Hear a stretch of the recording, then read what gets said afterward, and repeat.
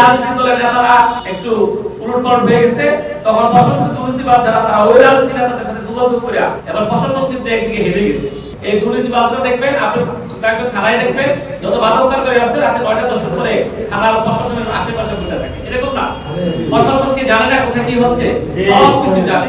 এই জন্য যত দুর্নীতি আছে, দুর্নীতির সাথে রাজনৈতিক নেতৃত্বের সত্যতার সাথে ভূমিকা রাখে। প্রশাসন স্বাভাবিক গতিতে চলতে বাধ্য। প্রশাসন চলবে না, সে কোথায় দায়িত্ব পালন করবে? এই জন্য এই 54 বছর যারা দায়িত্ব পালন করছে তাদের পক্ষে এই দেশকে, এই দেশের মানুষকে আর নতুন করে কিছু দেওয়ার কোনো কিছু আর নাই। রাস্তাঘাট প্রত্যেকবারে এডিবির পক্ষ থেকে টিআরএর মাধ্যমে, কামিখার মাধ্যমে বিভিন্ন অনুদানগুলো আসে। এই অনুদান যদি একটা ট্রাম 5 বছর যদি খুব ভালোভাবে আশার অনুদান যদি ব্যয় করা হতো, তাহলে 20 বছর বাংলাদেশের কোন রাস্তাঘাট আর ঠিক করা লাগতো। আপনি প্রশাসনের কাছে যান, গিয়ে দেখবেন কত ধরনের টাকা আছে। টিআর, কামিখা, তাদের বিনিময়ে খাতে ছোট ছোট 1 লাখ, 2 লাখ, 50,000, 60,000।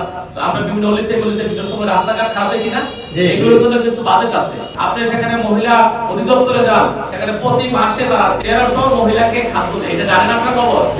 এই খাদ্য সামগ্রী নেতারা ভাগ করে তার আত্মীয় স্বজন, বন্ধু বান্ধবকে দিয়ে দেয়।